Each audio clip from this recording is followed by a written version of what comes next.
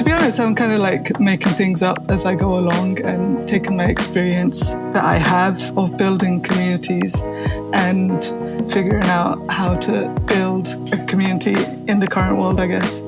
Everybody wants to belong somewhere, and even more so these days is like everybody's seeking something. You know, people are people, and the majority of the time, just being good to them helps people belong and giving them opportunities. It's not magic. It's not rocket science. Hello, and welcome to Developer Love, the podcast for people who build developer communities. We'll hear from people working to win the hearts and minds of developers, including founders, execs, and the top minds in developer relations, dev marketing, and community management. I'm Patrick Woods, the CEO of Orbit, the community experience platform. Developer Love is brought to you by Heavybit, an accelerator and venture fund dedicated to helping startups take their developer products to market. For more information, visit heavybit.com. Today we're speaking with Rosie Sherry. Rosie is the community manager for Indie Hackers. She's also the founder of Ministry of Testing and the creator of the online community for community builders called Rosieland. All right, Rosie, thank you so much for coming on the podcast. I'm very excited to have this conversation. So as we dive in, would you mind just sharing a little bit about who you are and what you're working on? Sure. Thanks for having me. So I'm Rosie Sherry. I've been in tech about 20 years now. I started around the year 2000 as a software tester. I was about 20 at the time. I kind of blagged my way through tech for a few years. Along the way, I kind of discovered communities, and that's kind of like what I focus on at the moment. And as a software tester, I ended up bootstrapping a business called Ministry of Testing, which was a community for software testers. And that did all right as a kind of bootstrap business. It's still around.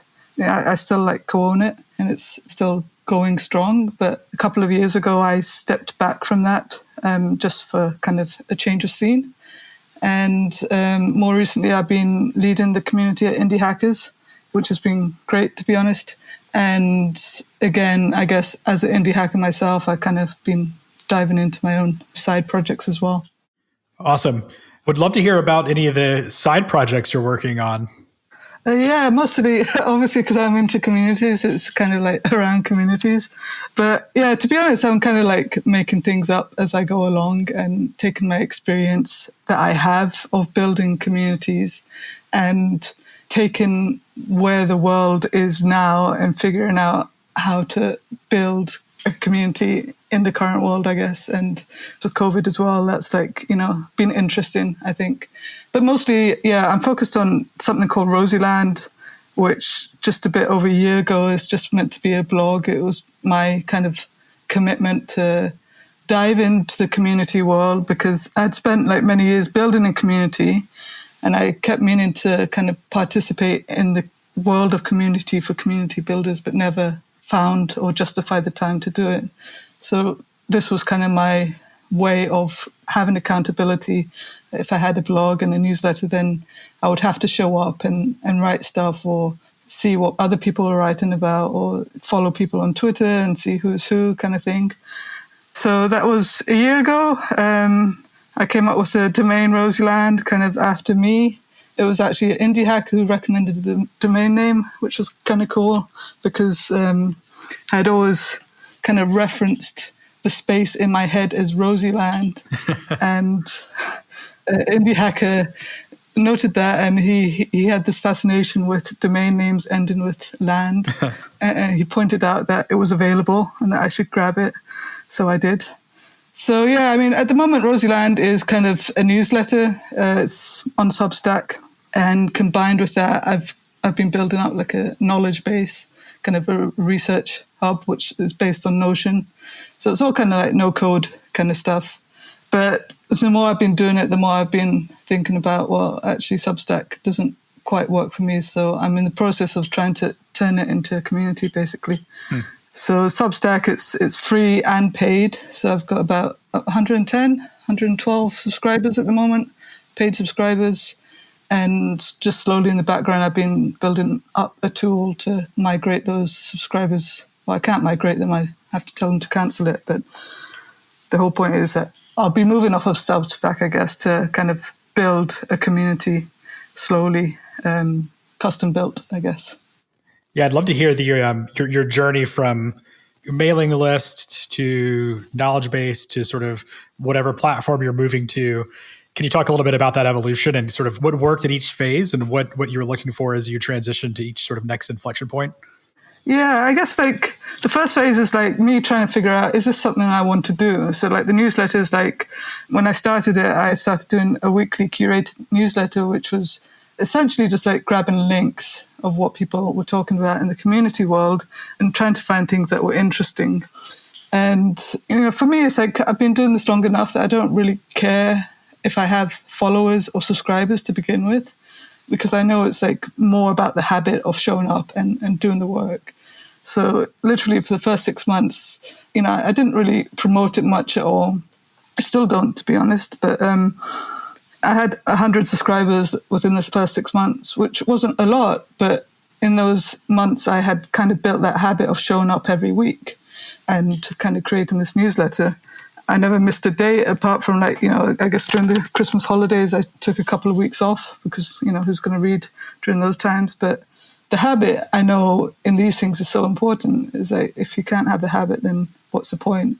In addition to the habit, it's also kind of me trying to figure out whether this was something that I wanted to do as well. So by not promoting it, it's like less pressure on me, if I chose to continue doing it or not. I wouldn't feel so bad or so guilty if I quit, stuff like that. But yeah, so after 6 months of doing it, I was kind of happy enough within myself that it was something I wanted to continue.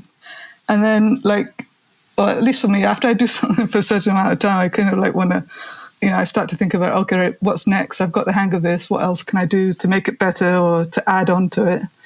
And I was using Substack at the time, and I was looking at Ghost as well as a platform to write.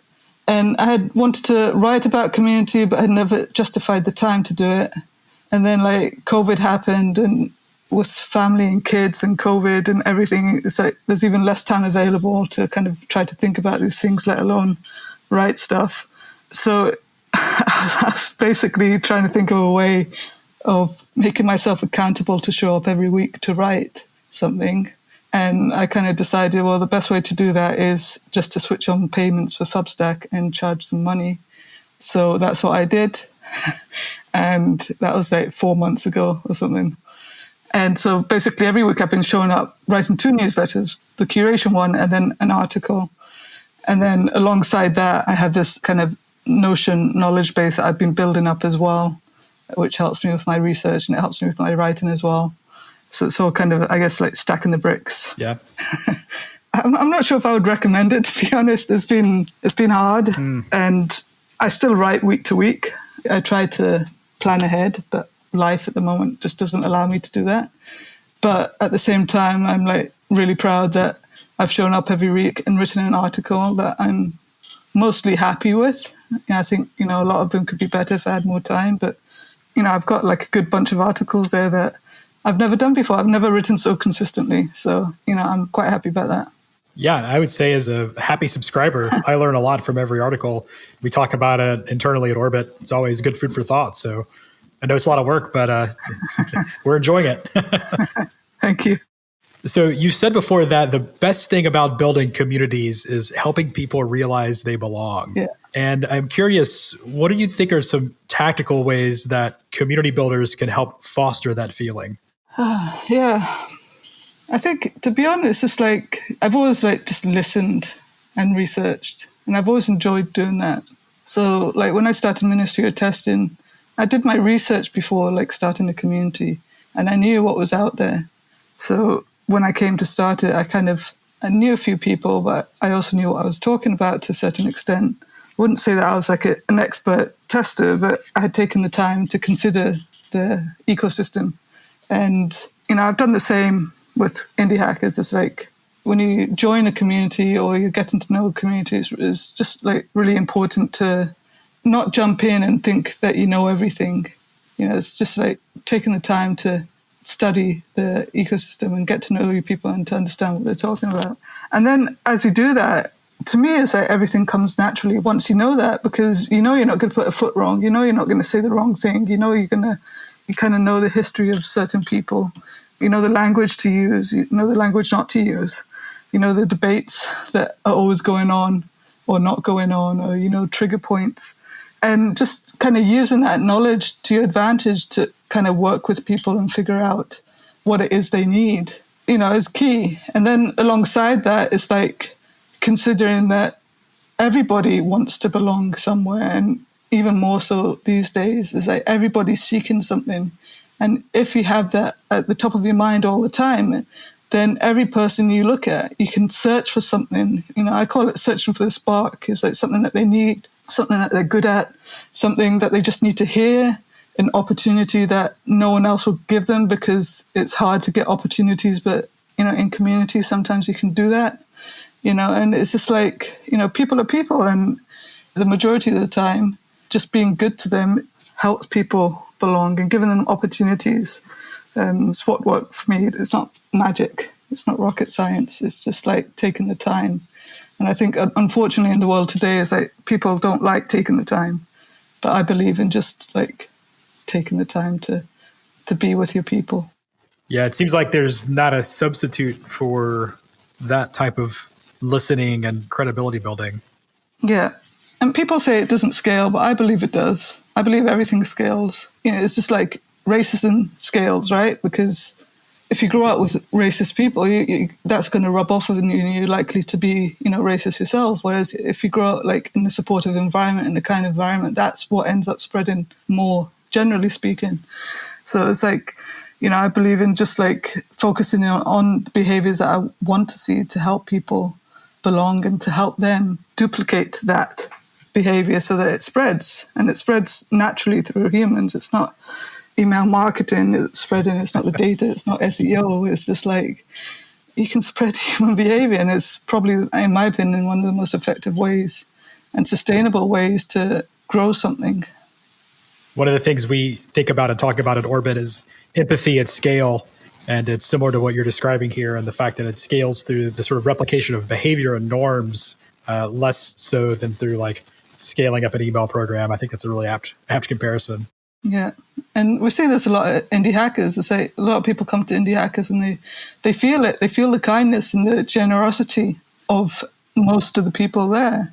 And it's not like we've gone to every single one of those people and given them this recipe of generosity. It's just something that has naturally replicated from, how it started from Cortland, and I guess discussions he originally instigated, and like the design that he's built into it has helped as well.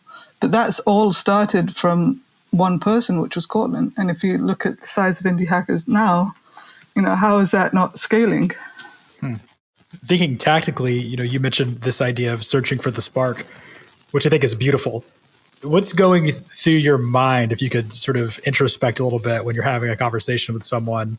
How do you search for the spark sort of very tactically? What are some questions you're asking yourself, or sort of behaviors you're looking for as you're going through that process? Yeah.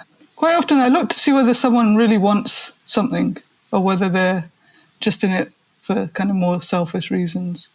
So to find a spark, I think you have to look for people who hang around a bit more often. You kind of see them popping up or reappearing occasionally. It's hard because I think everyone is so different, right? So, I guess like going with examples, like with Ministry of Testing, I use this example quite a lot because it's a bit of a special one to me, but part of our like culture was to support people whenever we could. So quite often we would give away scholarships. And people would apply for a scholarship and you'd get submissions. And a lot of the submissions would be really lame with no soul to it, no heart, no true like, oh, I'd really appreciate this. But then sometimes, something stands out. And there was this one that stood out from someone called Emma. I mean, we're still like good friends today, but she just like submitted this like crazy submission, and she like used like terrible like Photoshop skills with her image on it and the logo and just like put stuff together, and then she like explained like her story and how much it would mean to her to like get this scholarship to come to the events and what conference we were doing. So, it's like sometimes it's like, I guess like things take you by surprise, which was like this instance. And she was basically looking for a break into the world of software testing. She was like 30 years old or something at the time. She'd worked in a minimum wage job her whole life in like a factory type place. And she just wanted an opportunity to break into the testing world. And I was like, well, how can I not give that to her? And then it became a mission to get her to not only to get the scholarship, but to get a job by the end of the conference. And she did. And the whole community like got around her, and they were introducing her to everyone. And there wasn't anyone who didn't know that she was looking for a job. And she had a couple of interviews at the conference, and she had a job at the end of it. And I thought that was amazing. Other sparks could be again, with Ministry of Testing, we have hosts who have done the events, gotten up on stage to host events. And that was a job that I never wanted to do. So I was always looking out for characters or people who would be good at that job. And there's one guy, Vernon, who, at least until COVID happened, was always presenting at the conferences. And he just like had such a natural way with his style. And now he's just like such a dude, such a cool, fresh dude. And that I think it wasn't only that it was him that had like the spark within him, but it was also what I felt aligned well with the community, what the community needed, because for Ministry of Testing, my whole mission was to make it like more cool, more fun, because the whole industry was really very corporate-y before I started it. So everything I did had to have this like fresh feel to it. And this guy Vernon had and still has the vibe. So, it's a bit of kind of looking for talents or desires within people and also aligning it with what your community needs. Yeah, that's really, really helpful. So we have a lot of early stage software company founders here in the audience for Developer Love. I'm curious, what tactical advice would you give them as they're getting their own communities off the ground? Yeah, so I have the saying of studying your people. So this is what I kind of did with Rosie Land as an example. And, when I think about it, Cortland did it with the indie hackers, and I did it with Ministry of Testing as well. It's like, before you start anything, you should do research about the space that you're heading into. When I say it kind of feels like common sense, is that obviously, yes, you need to do research before you start something, but it's kind of surprising how many people don't do it. So as an example, for Rosie Land, I researched all the blogs that were out there and I followed them. I picked up all the newsletters and I subscribed to them. I looked for anyone who was kind of popular in the community world, and I would follow them on Twitter or blogs. I researched what communities were out there for community builders. I paid attention to all the discussions that were going on. And it's actually quite surprising how, I guess, not little time, but like within 6 months, I kind of felt like I knew everything that was going on. It's not, I don't think the community world is the biggest industry out there.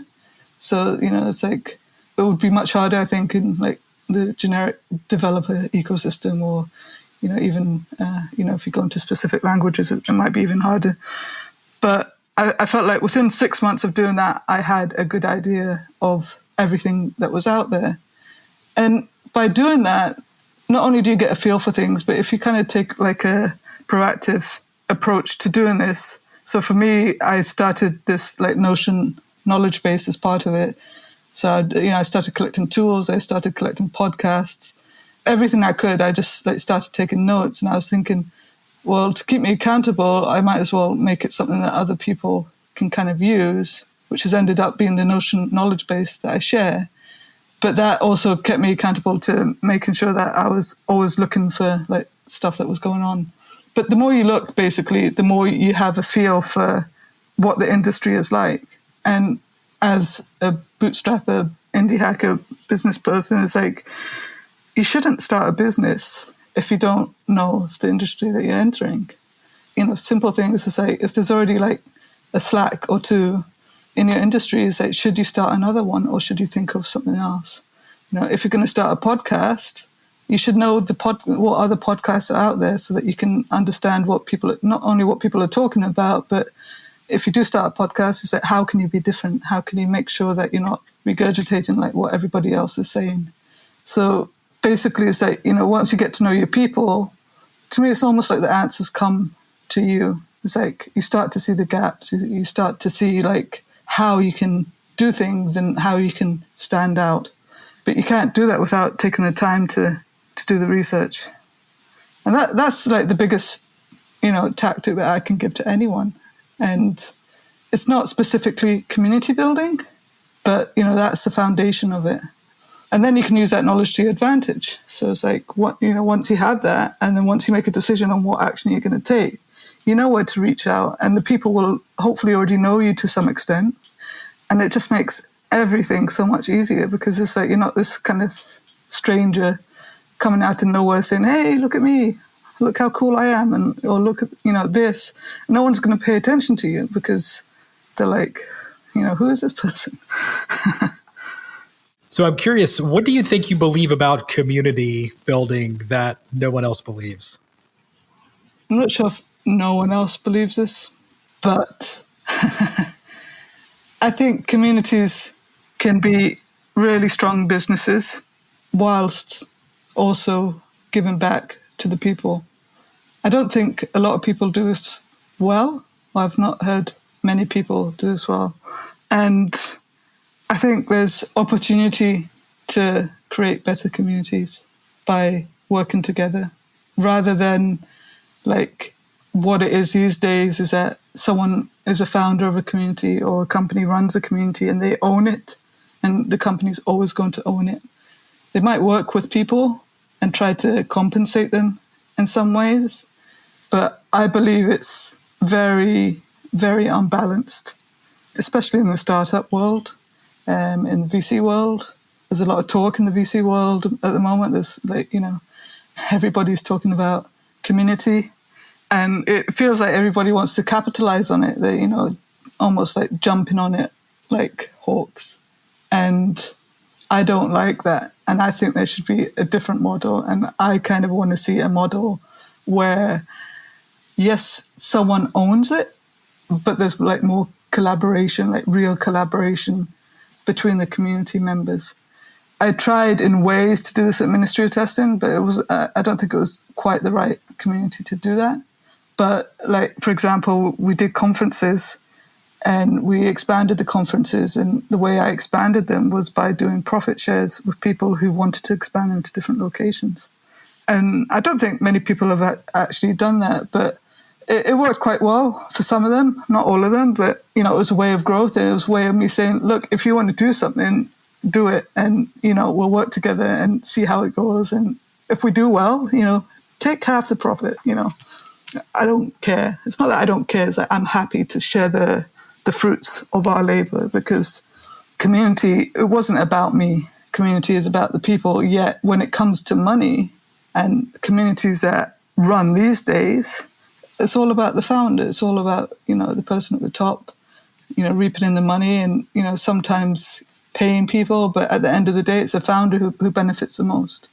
So for me, basically, I guess a long story cut short is that I would love to see more communities collaborate, like truly collaborate, like not necessarily ownership. I think ownership is very complicated, especially with people living in different countries.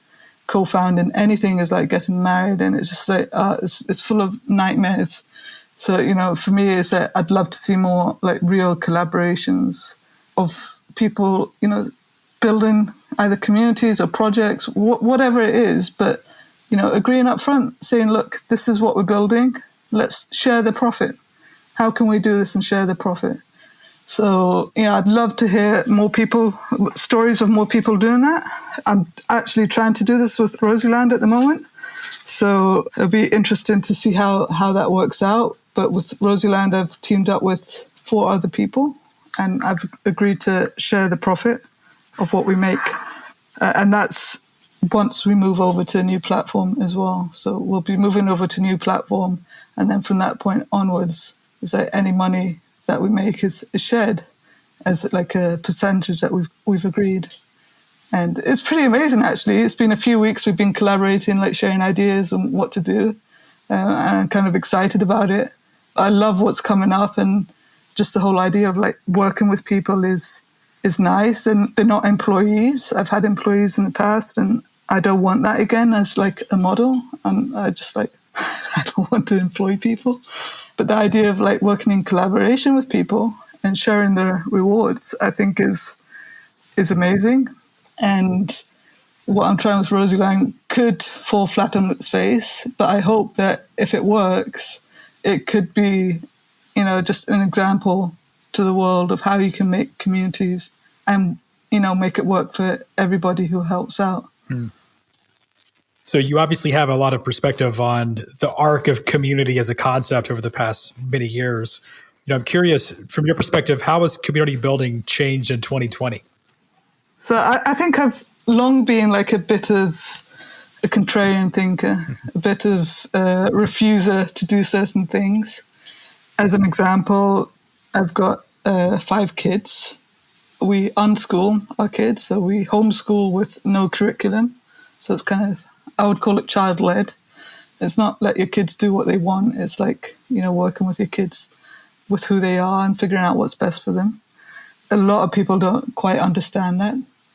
And like COVID happens, and yes, it adds extra stress onto me or us as a family.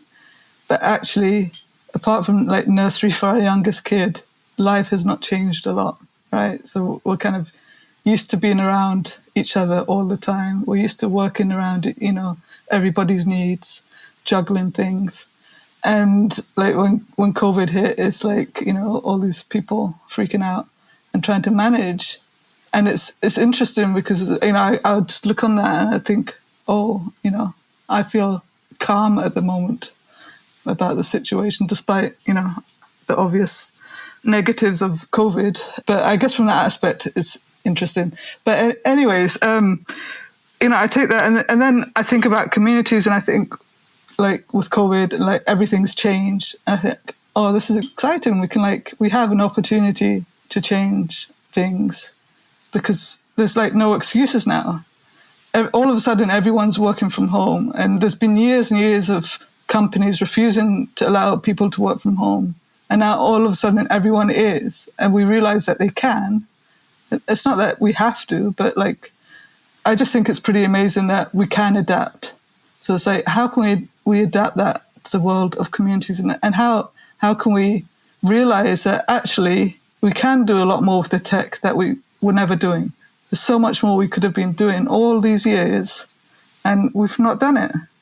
So yeah, I guess from that perspective, I think it's exciting, but I think at the same time, the technology might be trying to move too fast, and the human aspect hasn't quite caught up, or they haven't quite managed to match the human needs with the tech. But I think it's pretty exciting that people have like opened their eyes to the fact that we can do more online and we can create more and we can create better tools. So like the creativity of the human race is, I hope it will create some new norms, because I just think the whole world is totally inefficient and totally the things people do is like, so much needs to be gotten rid of. And I guess that's what like I'm excited about. It's like, what can we get rid of and what can we keep to make our world a better place? Kind of cheesy. So in 2020, more and more companies and communities are moving online, but it seems like the technology hasn't quite caught up with the human needs of the new realities of online community. And I'm interested in your perspective on what do you wish the technology would do or provide to help facilitate better or more meaningful connections online? I guess I basically wish that big companies wouldn't own so much of things like Facebook. I don't know the answer to it, basically. But I wish for, a world that doesn't have Facebook that dominates, or Amazon that dominates. Because I think the world is not better off with them. I think when I look at my local community, it's like like my local family community, there's like a mums and dads group, for example, for the very local area that I live in, and it's on Facebook. And it's depressing that it's on Facebook. But then I think like, why does Facebook and Google have to own everything in relation to that, and the people like lose control of things? They don't, it's like so many people don't know how to make their own websites. They don't know how to connect people. They get stuck so quickly, and it's kind of crazy that we can't connect more easily in the world, with our neighbors. Or basically, it's like, why don't we have local communities that serve each other better, that aren't owned by big corporations? Why aren't people empowered to set up their own? I think there's a few examples out there, like, can't remember the name of it.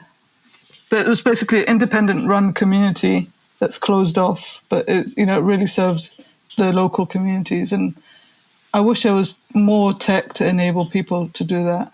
Or, it's not even about the tech, it's about giving people sustainable options, business options, to feel like they can afford to run things like this, so that there's ways to make money from it, because I think there's no one better to serve local communities than the people that live in them. And it shouldn't be the big tech that kind of control it. Shifting gears a little bit, could you talk a little bit about the Indie Women Slack group and how that's going? So Indie Women, I'm a woman in tech and I'm a woman in business. And in both instances, there's lack of women. And when I started at Indie Hackers, the biggest thing that I was worried about was leading a community as a woman. I was like, what's going to happen? Am I going to get trolled? Am I going to get harassed?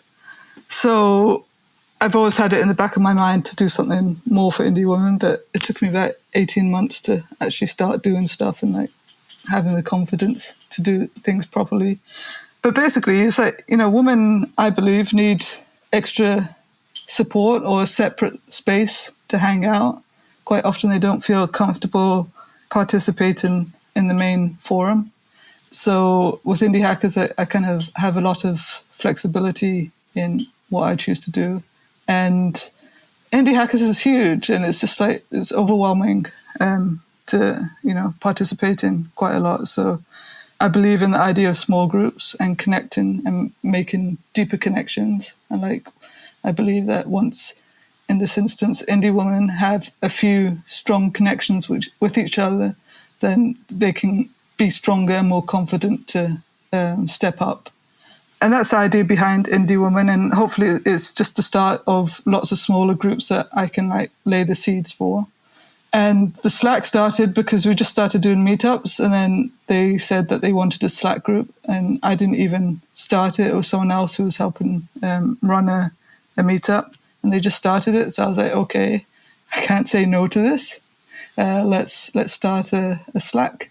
That's the general idea behind it, but it's a different way to engage.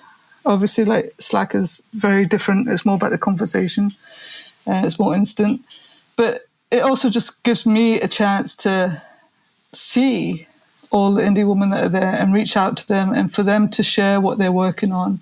And then for me, it's like I can then communicate things that we're doing and kind of get feedback. And off the back of that, I've started like accountability meetups. So we're doing that every 2 weeks. And we're doing an indie woman party like once a month. Like the first Thursday of every month, we've decided to do that. And it's going well. We've got like 30 people signed up to the party. So that should be fun. But basically, I want more indie women running businesses because I think the world needs more women to kind of rule the world. Basically, I think women I often struggle to explain it, but when you're surrounded by men, it's really hard to get your voice seen. So by having these smaller environments and again, like looking for the sparks, looking for the opportunities, trying to understand what people are working on. And there's actually quite, a few interesting tools that indie hacker women are working on that I was never aware of until I started the Slack. So again, it's like studying your people. I'm going like deeper into studying indie women to see how I can help them. And then I'm going to be looking for more opportunities to support them and also to integrate them into the indie hacker community more and to help them grow. Yeah, that's incredible. This is a very tactical question, but I'm curious, what happens at an indie women party online? What tool do you use? What's the structure? What's the format look like for something like that? Yeah, it's the first party we're doing, but we've done a couple in the past, which is basically the same thing, but it's using icebreaker.video, which was quite fun. So we've done a couple of those with like 10 or 15 people, and you can like play music like in between sessions and then kind of match people up for like 5 to 10 minutes to meet. So that's the basis of it, really. Icebreaker is quite a good tool if you haven't used it. It brings a lot of fun into the environment, and it's quite funny because I think I'm going to do one for like Christmas for indie hackers as a whole, just like see who shows up to like a Christmas party. But it's quite funny because it's like you get matched up randomly. So when people would get matched up with me, they'd get like quite excited. And I would get all awkward and embarrassed about it because I'm just Rosie at the end of the day, but obviously people get excited to meet me. Of course. So, yeah. But I think there's some fun things you could potentially do around that. It's like give prizes away for matching up with certain people or something like that. Are there any other interesting tools or platforms you've been excited about or have been using a lot lately with regard to doing community online? I use Calendly just to organize events, so the accountability sessions, just to get people booked, to register.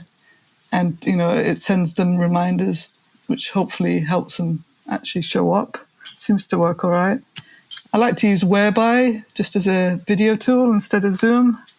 It's kind of got a more funky edge to it, and it's got a simple URL that you can go to, which I prefer. Trying to think what else. Notion. I love Notion. It's it's not a community tool, but it's just like a way of sharing knowledge and writing stuff down. It's kind of my life is a bit on Notion at the moment. Yeah, Slack. I love Slack as a community tool as well. I think a lot of people they say it's a terrible community tool, but actually I think it's pretty amazing. It does the job. It's kind of baked into like the tech world. I think like Lenny's newsletter, he's got a great Slack going, and I always point to him as like a good example of how to have a great community with Slack. But there's a few out there, and I know like other people have tried to use tools similar to Slack, but they just never get the engagement.